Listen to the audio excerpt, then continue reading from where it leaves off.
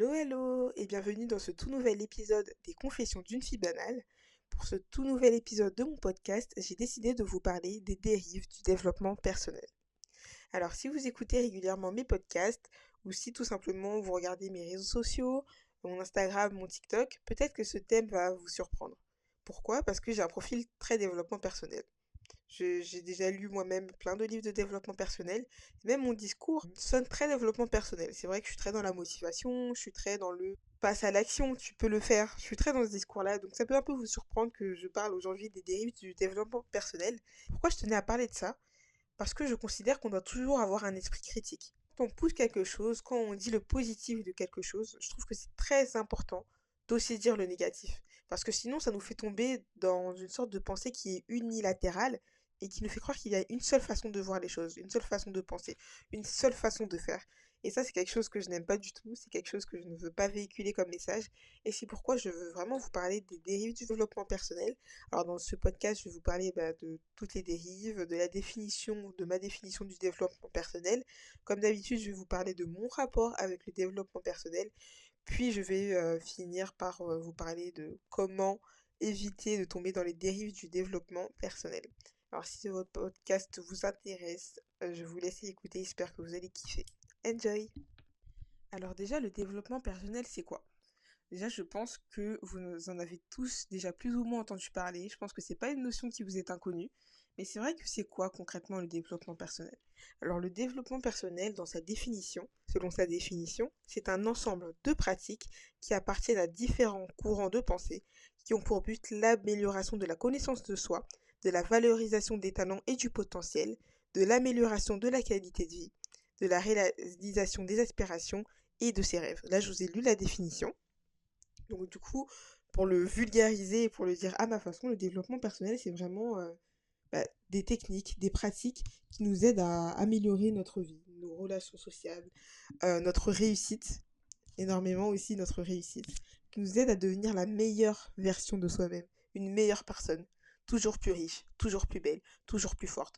Alors là, le développement personnel, c'est vrai que j'en ai donné une définition qui peut paraître très négative, mais pour moi, il n'y a pas que du mauvais. J'aime vraiment avoir un esprit critique et avoir un esprit qui regarde les deux côtés, qui regarde le bon, qui regarde le mauvais. Pour moi, le développement personnel, c'est pas que du négatif, c'est pas que du n'importe quoi, parce que le premier but de base, c'est d'aider les gens à mieux vivre leur vie.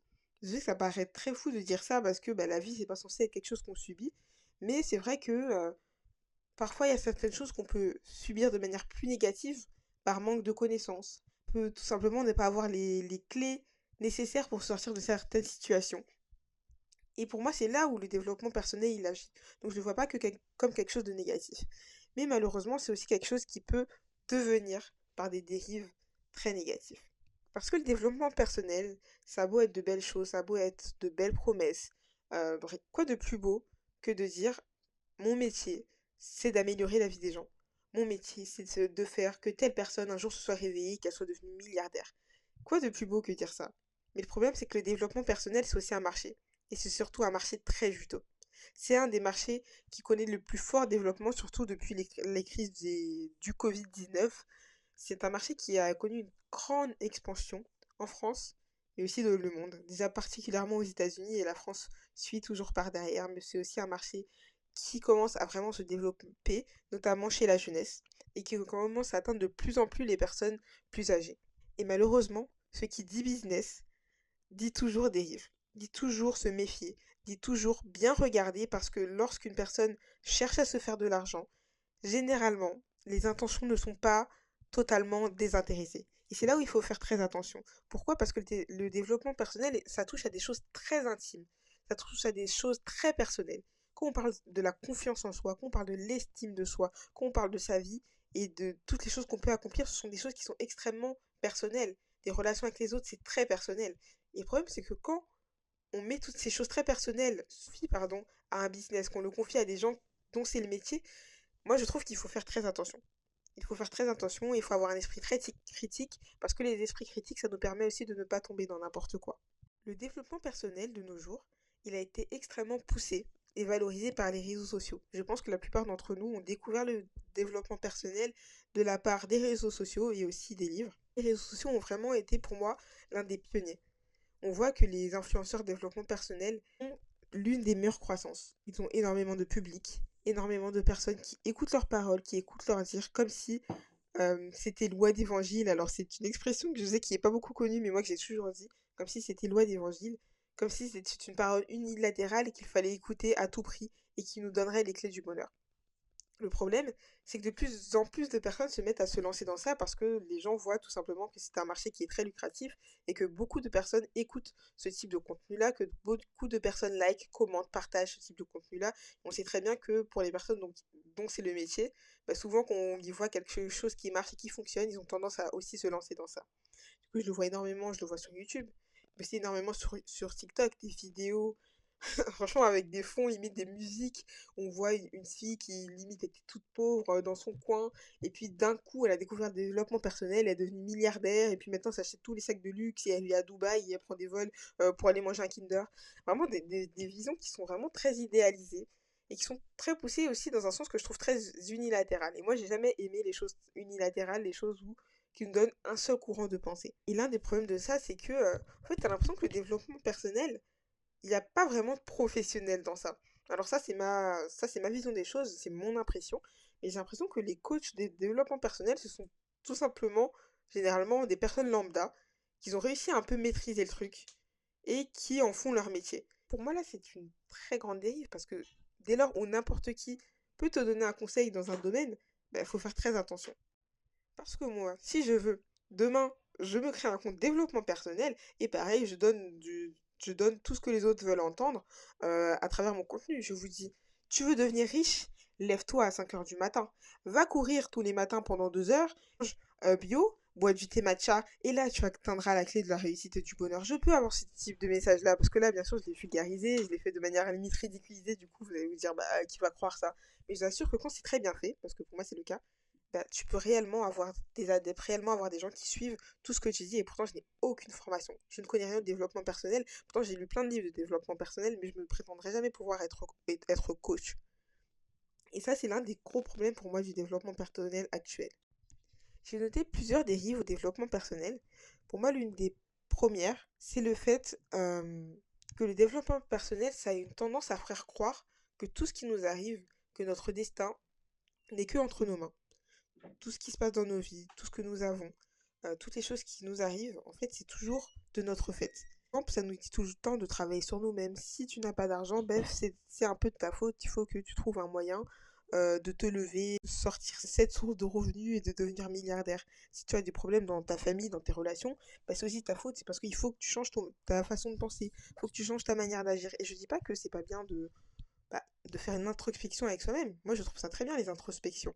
C'est très bien de se regarder et de se dire, bah, il y a quelque chose qui marche pas, alors qu'est-ce que je peux faire pour? Moi, je suis vraiment pas contre. Et c'est pour ça que je vous dis que j'ai vraiment euh, deux visions du développement personnel. Pour moi, il y a un côté très positif à ça, mais il y a aussi un côté négatif.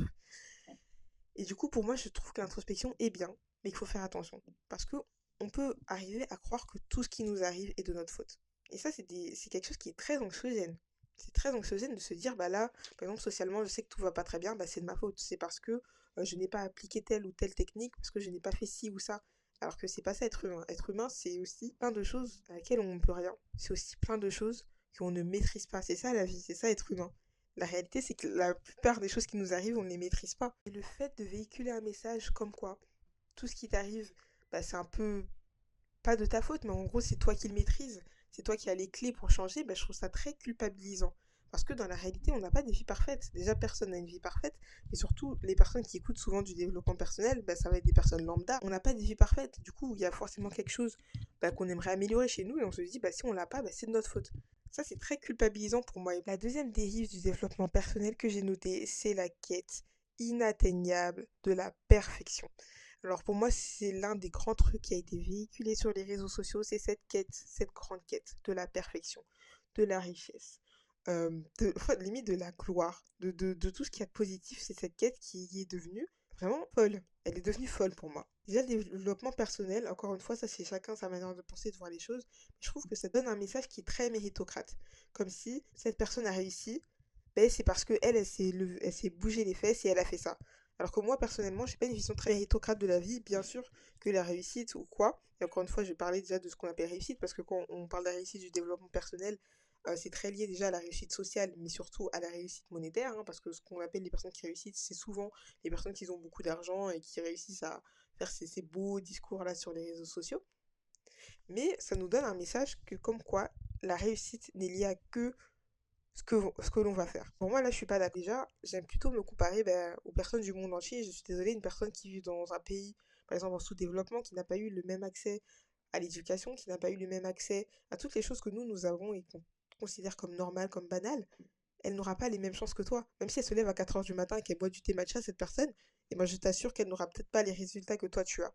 Je dis pas que c'est impossible, je dis que c'est beaucoup plus compliqué. C'est pour ça que moi, le discours méritocrate, j'ai vraiment beaucoup de mal avec ça. Et même beaucoup plus proche. J'ai pas besoin d'aller dans le reste du monde pour trouver des personnes qui ne sont pas sur notre même palier de méritocratie. Même les traumas, je trouve que dans le discours de développement personnel, on ne tient pas beaucoup compte des traumas, des personnes, du vécu aussi.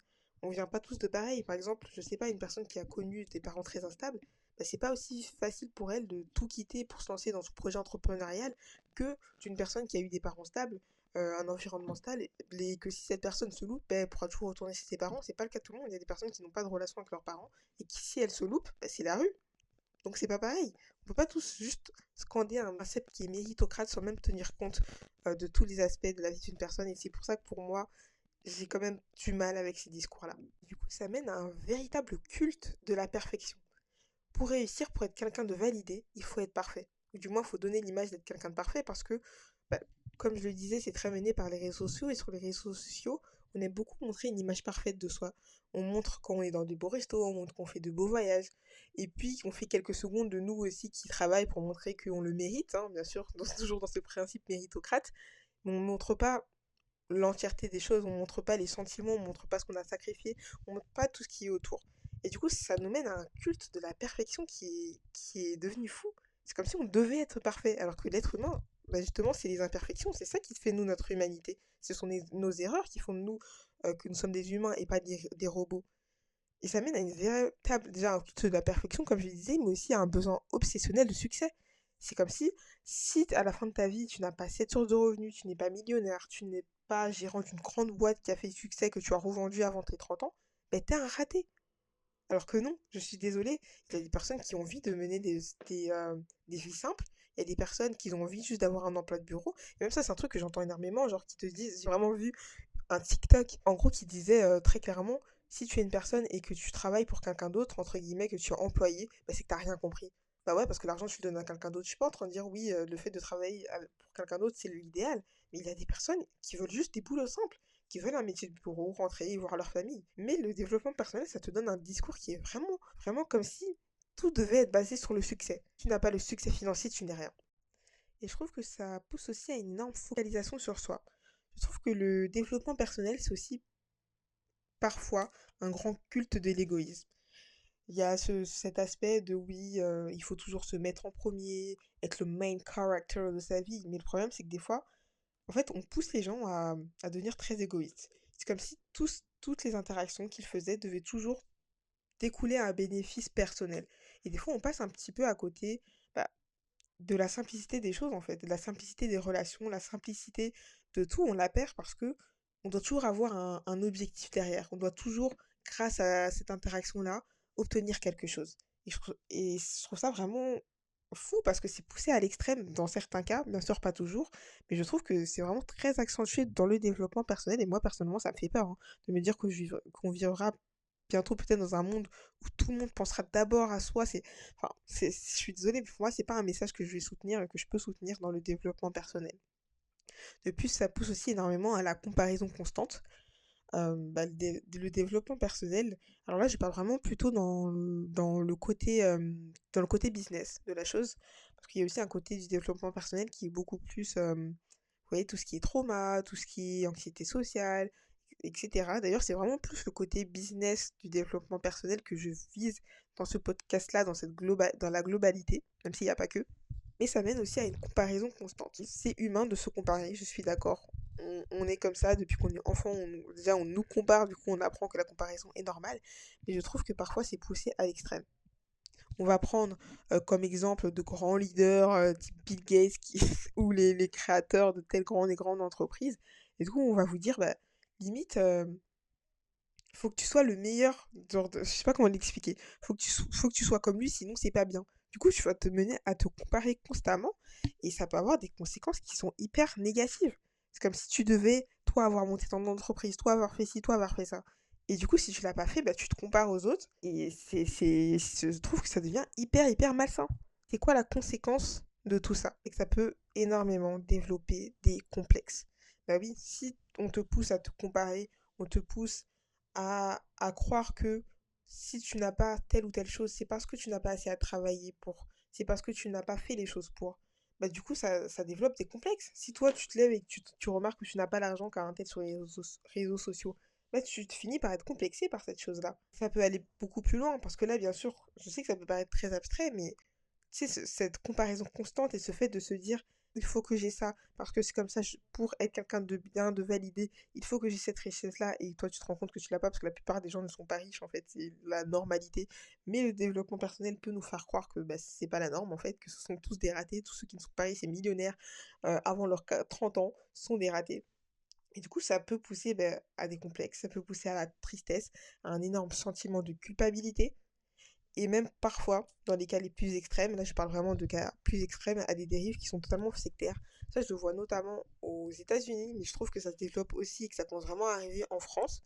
Mais par exemple, quand on voit certains coachs de développement personnel, je suis désolée, mais je ne peux pas passer sans les comparer à des gourous, parce que des fois, je vous jure que pour avoir regardé des extraits de conférences de développement personnel, c'est très bizarre. Déjà, de un, les prix, on va pas en parler, parce que souvent, pour des coachings de développement personnel, bah, les prix qui vont être demandés vont être des prix exorbitants, parce que c'est des personnes qui vont se dire, bah, ma vie, il y a ça qui va pas, je veux aller voir ce coach-là et ma vie va devenir incroyable et je vais devenir riche. Et du coup, ils y croient tellement qu'ils sont capables de dépenser des sommes astronomiques pour avoir ces coachings de développement personnel-là.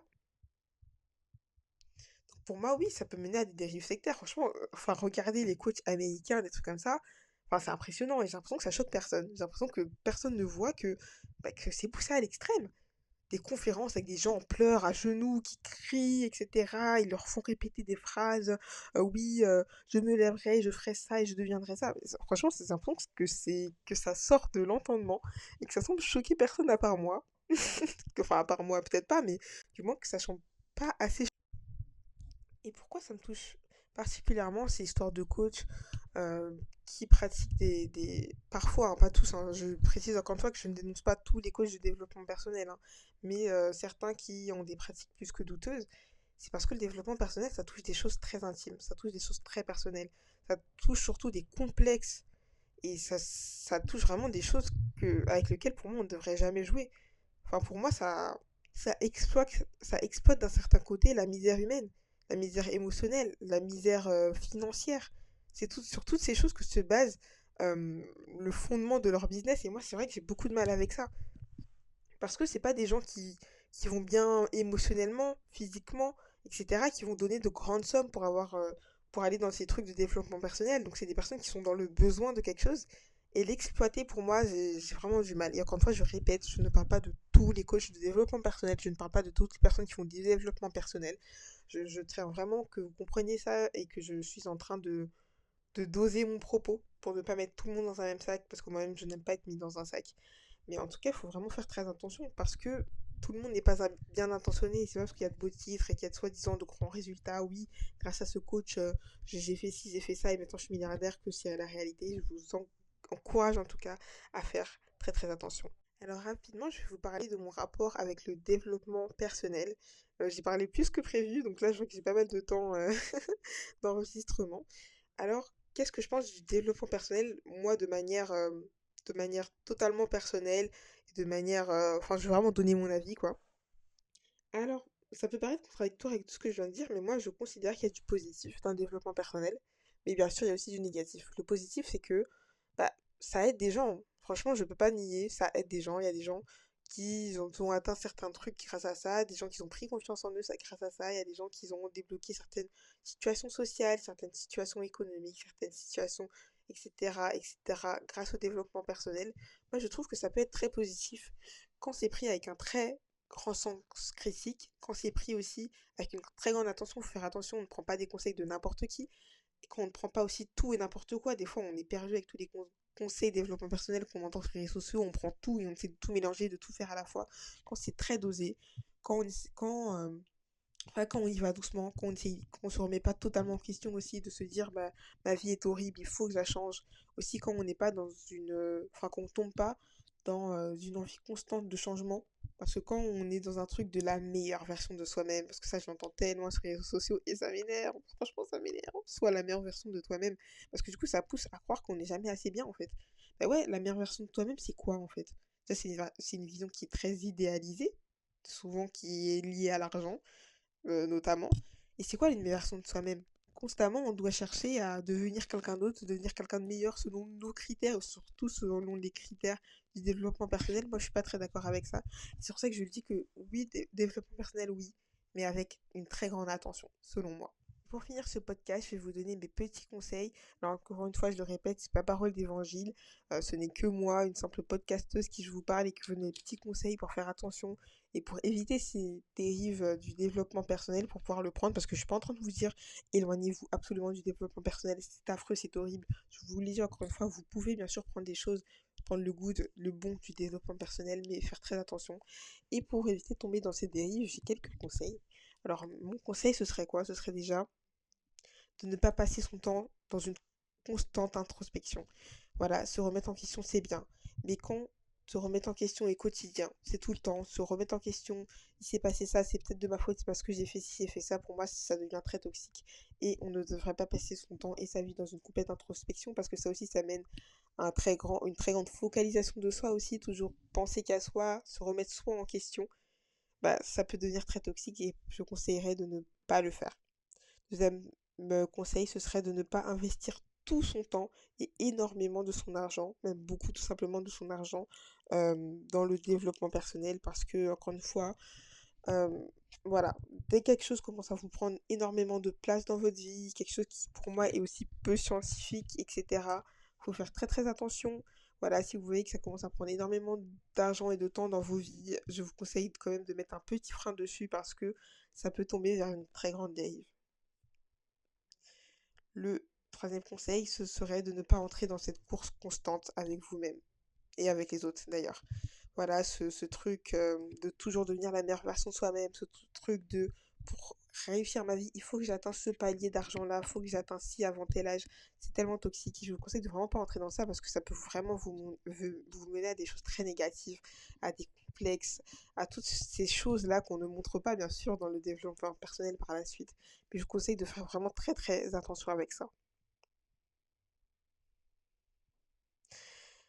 Quatrième ou plutôt cinquième conseil, je crois, c'est de vous accepter déjà. Accepter la personne que vous êtes. C'est vrai que le développement personnel, là, pour sortir du côté un peu financier, bah, ça propage beaucoup de trucs du genre, enfin, comme si la timidité, l'anxiété, etc., bah, en fait, c'était du fait que tu n'es pas assez ce côté développement personnel.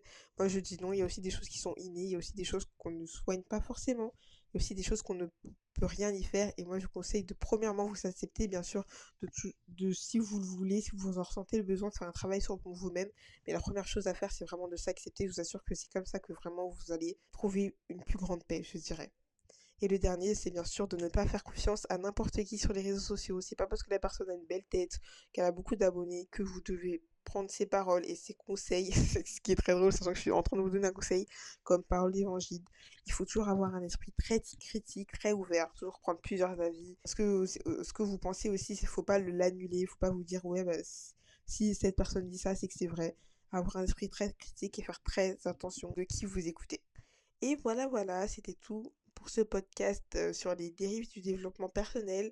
J'espère que vous l'avez trouvé intéressant. C'est vrai que c'est un podcast qui était un peu plus tranché, un peu plus, qui donne un avis un peu plus sévère que mes autres podcasts. C'est vrai que j'ai pas eu l'habitude de faire ce type de contenu-là. J'espère que ça vous a intéressé, que ça vous a plu. Je sais pas si je peux dire que ça vous a plu, étant donné que je parle de quelque chose qui était un peu négatif. En tout cas, j'espère que vous avez aimé ce podcast et que vous l'avez compris et que si peut-être vous avez, enfin que vous-même vous avez subi les conséquences du développement personnel, j'espère que ça a pu vous aider. ou que ça aidera quelqu'un de votre entourage quand vous pourrez lui redire tout ce que vous avez entendu là. En tout cas, j'espère vraiment que vous avez apprécié ce podcast. Et en attendant, je vous dis bisous et à la semaine prochaine pour un tout nouvel épisode. Bye bye!